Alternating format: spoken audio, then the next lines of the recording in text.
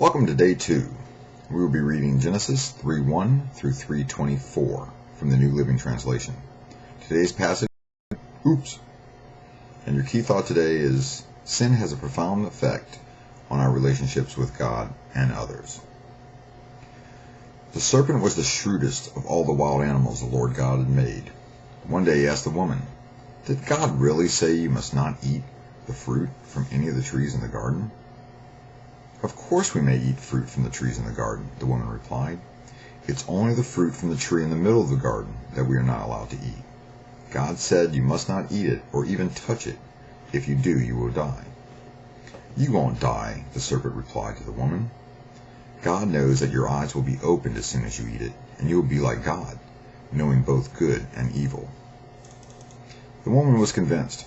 She saw that the tree was beautiful and its fruit looked delicious, and she wanted the wisdom it would give her. So she took some of the fruit and ate it. Then she gave some of it to her husband, who was with her, and he ate it too.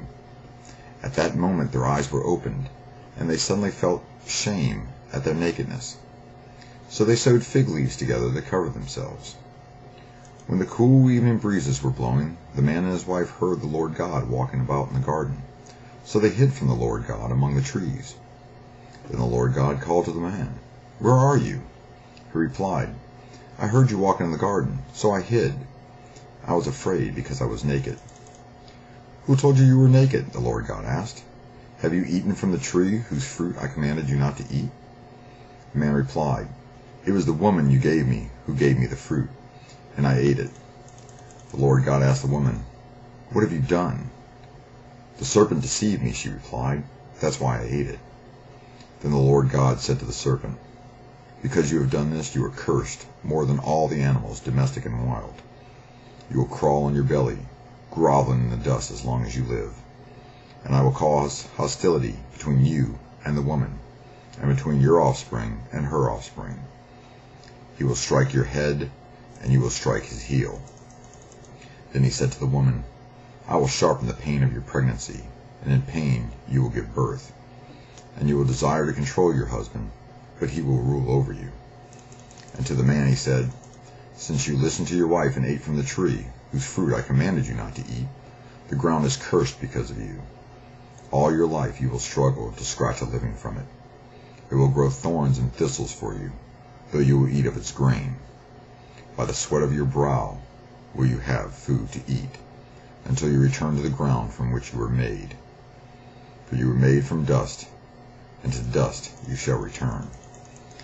Then the man, Adam, named his wife Eve, because she would be the mother of all who live. And the Lord God made clothing from animal skins for Adam and his wife. Then the Lord God said, "Look, the human beings have become like us, knowing both good and evil.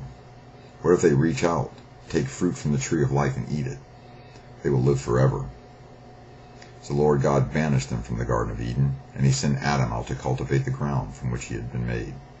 After sending them out, the Lord God stationed a mighty cherubim to the east of the Garden of Eden, and he placed a flaming sword that flashed back and forth to guard the way to the tree of life. Your challenge today is, it's never too late to say no to sin and yes to Jesus Christ.